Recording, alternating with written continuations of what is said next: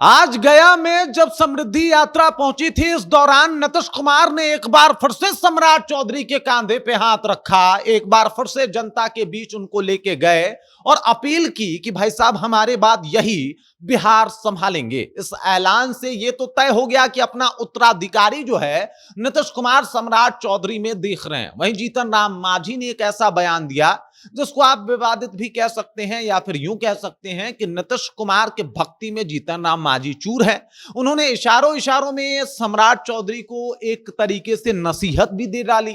अब क्या कुछ कहा है जीतन राम मांझी ने और किस तरीके से लगभग सम्राट चौधरी के नाम पे मुहर लग चुका है साहब, इन तमाम बातों को आपके सामने रखेंगे, हर एक जानकारी आप तक पहुंचाएंगे। लेकिन उससे पहले मेरा परिचय जान लीजिए। मेरा नाम है रजत और आप जनता जंक्शन देख रहे हैं। आपको बता दूं कि साहब नीतीश जी और सम्राट चौधरी की जोड़ी एकदम दो हंसों का जोड़ा लग रहा है। ये जोड़ी नहीं, ये जोड़ा है। जिस तरीके से ये लोग साथ दिखाई दे रहे हैं, लोग भी समझ रहा है कि भाई साहब सम्राट चौधरी ने कौन सी घुट्टी पिला दी। ये तो वही सम्राट चौधरी थे जिन्होंने पगड़ी बांध के नीतीश कुमार के बारे में जाने क्या कुछ नहीं कहा था। इन्होंने कहा था कि भाई साहब इनको जब तक कुर्सी से उतारेंगे नहीं तब तक दम नहीं लेंगे। अब पगड़ी बांध के उतारना संभव नहीं हो पाया तो पगड़ी खोल के उतारने के मूड में ला गए हैं। और स्थिति देखिए, इस बार नीतीश कुमार हंसते हंसते अपनी कुर्सी जो है वो सम्राट चौधरी की तरफ आगे करते हुए दिखाई दे रहे हैं। आज भी जब गया जी में पहुंचे सम्राट चौधरी, तमाम नेता और नीतीश कुमार अपने समृद्धि यात्रा के दौरान,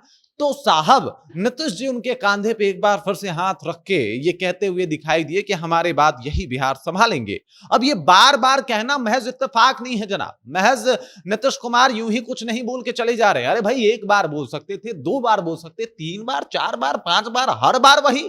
तो हर बार अगर यही हो रहा है, इसका मतलब ये है कि सम्राट आने वाले हैं। इसके अलावा सम्राट चौधरी वहां पे मौजूद थे तो गया जी के सांसद जी कहां रहते?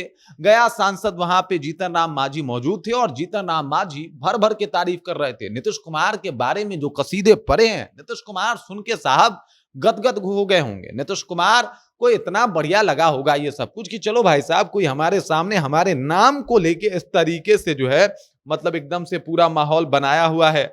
अब देख लीजिए, सम्राट चौधरी को लेके तो एक तरफ कंफर्मेशन भी दे रहे हैं मांझी जी, लेकिन दूसरी तरफ इस बात का इशारा भी कर रहे हैं कि भाई साहब हिंदुत्व वाली बातें ज्यादा नहीं चलेगी बिहार में, बल्कि बिहार में चलेगा सेकुलरिज्म। बिहार में चलेगा किस तरीके से बिहार को आगे बढ़ाना है। बिहार में चलेगा कि भाई साहब ये जो ओबीसी, एसटी, एससी है, इनके उत्थान के लिए क्या किया जा सकता है। बिहार में चलेगा कि भाई साहब पलायन कैसा रोका जा सकता है। और इन तमाम मुद्दों पे बात हो, सड़क पे बात हो, विकास पे बात हो, हिंदुत्व पे बात नहीं होगी, जो भाजपा का हमेशा से एक पॉलिटिक्स का तरीका रहा है। तो इशारों इशारों में कह दिया कि साहब आप मुख्यमंत्री बन सकते हैं, लेकिन आपको किसके पद चिन्हों पे चलना पड़ेगा, किसके पैरों के निशानों को आपको फॉलो करना पड़ेगा, तो वो है नीतीश कुमार। अगर बिहार में राजनीति करना होगा तो नीतीश नीतीश कहना होगा और नीतीश के नाम पे राजनीति करनी पड़ेगी, नीतीश के पद चिन्हों पे चल के राजनीति करनी पड़ेगी। मतलब धीरे धीरे करके इशारा दे दिया कि साहब अगर बिहार की राजनीति करनी है तो आपको नीतीश कुमार को पूर्णतः फॉलो करना पड़ेगा, अपने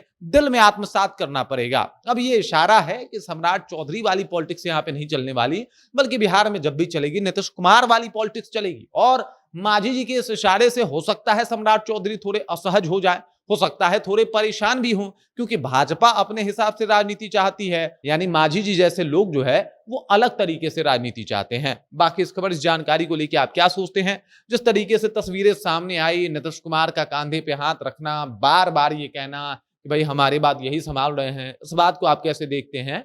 कमेंट करके अपना विचार जो है हम तक पहुंचा दीजिए। बाकी आप देख रहे हैं जनता जंक्शन और मेरा नाम रजत है।